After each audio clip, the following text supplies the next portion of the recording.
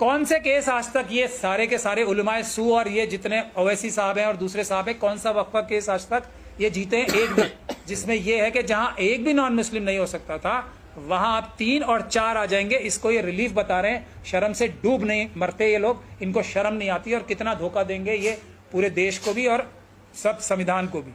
कम से कम बोल तो रहे हम हार गए, सुप्रीम कोर्ट में हम लोग हार गए, ये तो कह दें ताकि लोग अपना आंदोलन करके अपनी प्रॉपर्टीज बचा सकें।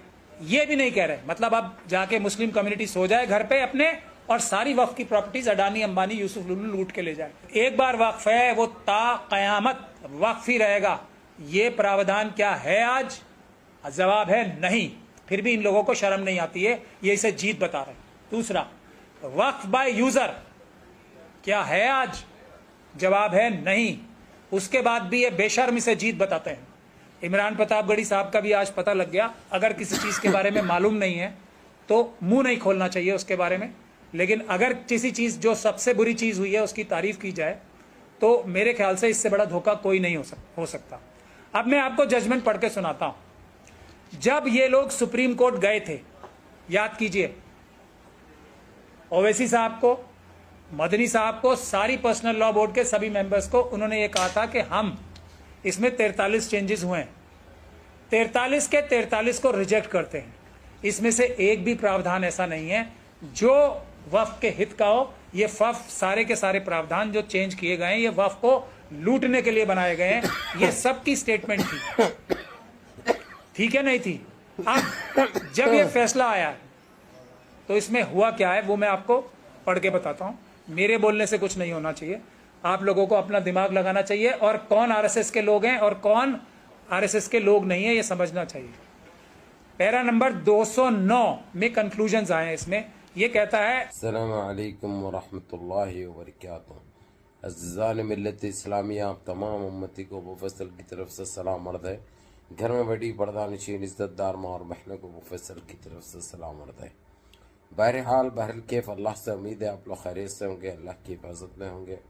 इन मलूनों की मलामत से, इन फ़िरक़ा परस्तों की फ़िरक़ा परस्ती से, इन दरिंदों की दरिंदगी से, इन माबलिंचरों की माबलिंचिंग से, इन बलात्कारियों की बलात्कारी से, इन दहशतगर्दों की दहशतगर्दी से महफूज होंगे। अल्लाह आप लोगों को अपने हिफ्ज़ अमान में रखे, अल्लाह अपनी हिफाजत में रखे, अल्लाह हर आबा से हर शर से महफूज रखे।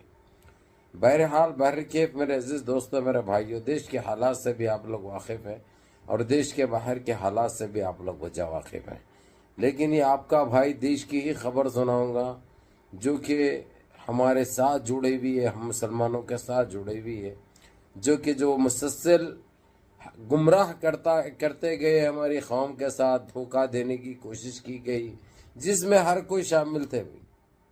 अब बात तो कड़वी है लेकिन ये एक हकीकत है, ये एक सच्चाई है।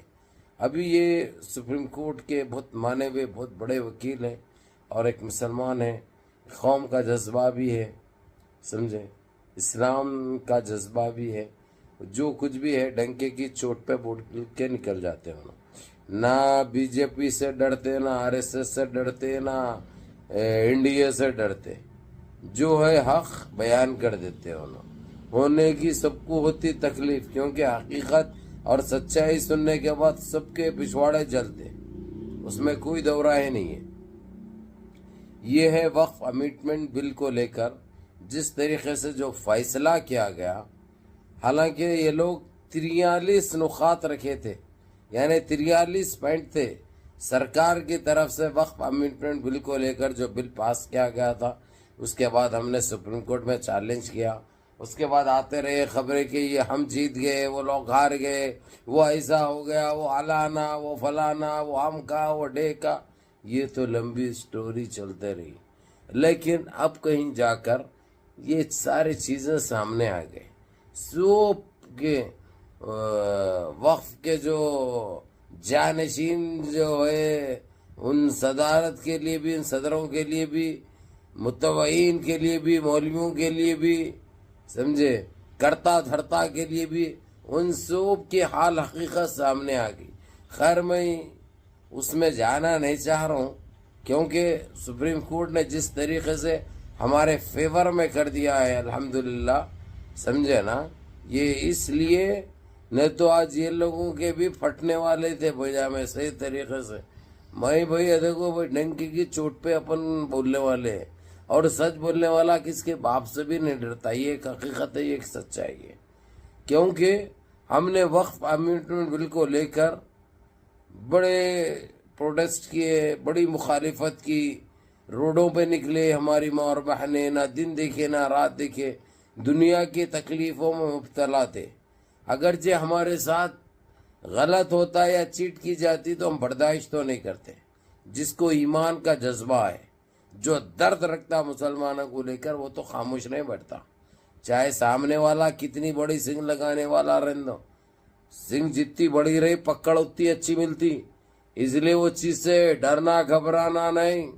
جو حق ہے جو سچ ہے وہ بیان کرنا, اور اللہ سبحانہ تعالی اسی کو پسند کرتے ہیں جو ظلم سہتا نہیں, ظالم کو معاف نہیں کرتا. سمجھا نا. اس لیے مظلوم بھی زیادہ رہنے کی ضرورت نہیں ہے. اگرچہ تم طاقت سے نہیں تو قلم سے کام چلاؤ اپنا. قلم سے نہیں چلا سکتے اگرچہ تو اشاروں سے تو بولو, کم سے کم اپنا احتجاج کرو. بہرحال میرے عزیز دوستوں, میرے بھائیو, یہ پہلیاں تو بہت بجھتے رہے گی, سلگتے رہے گی ابھی. لیکن جس طریقے سے سپریم کورٹ نے سرکار کے سارے جتنے چیزیں تھے سب پہ روک لگا دی. پہلے تو کن چیزوں میں, کس چیزوں میں, کن کن چیزوں میں لگایا تھا اس لیے آپ لوگ جانتے ہیں. اب سارے چیزوں پہ صرف اسٹے نے اس کو نکال کے برخاست ہی کر دی. بولے کہ یہ چیز تمہاری نیت, تم یہ لوگوں کے ساتھ مل کے قبضہ کرنے کی ہے, ہتھیانے کی ہے, اس لیے ہم یہ چیز کو نہیں مانتے. اور وقف پراپرٹیز تا قیامت تک جس کی تھی اسی کی رہے گی. یہ یوزر پیوزر یہ ساری چیزیں نکو, یہ کتنی بری حال ہوئی. اب کچھ اگرچہ لے کر اگرچہ اپنے ایمان کا سودا کر دیے, اپنے ضمیر کا سودا کر دیے, آج ان کے لیے بھی ایک سبق مل گیا.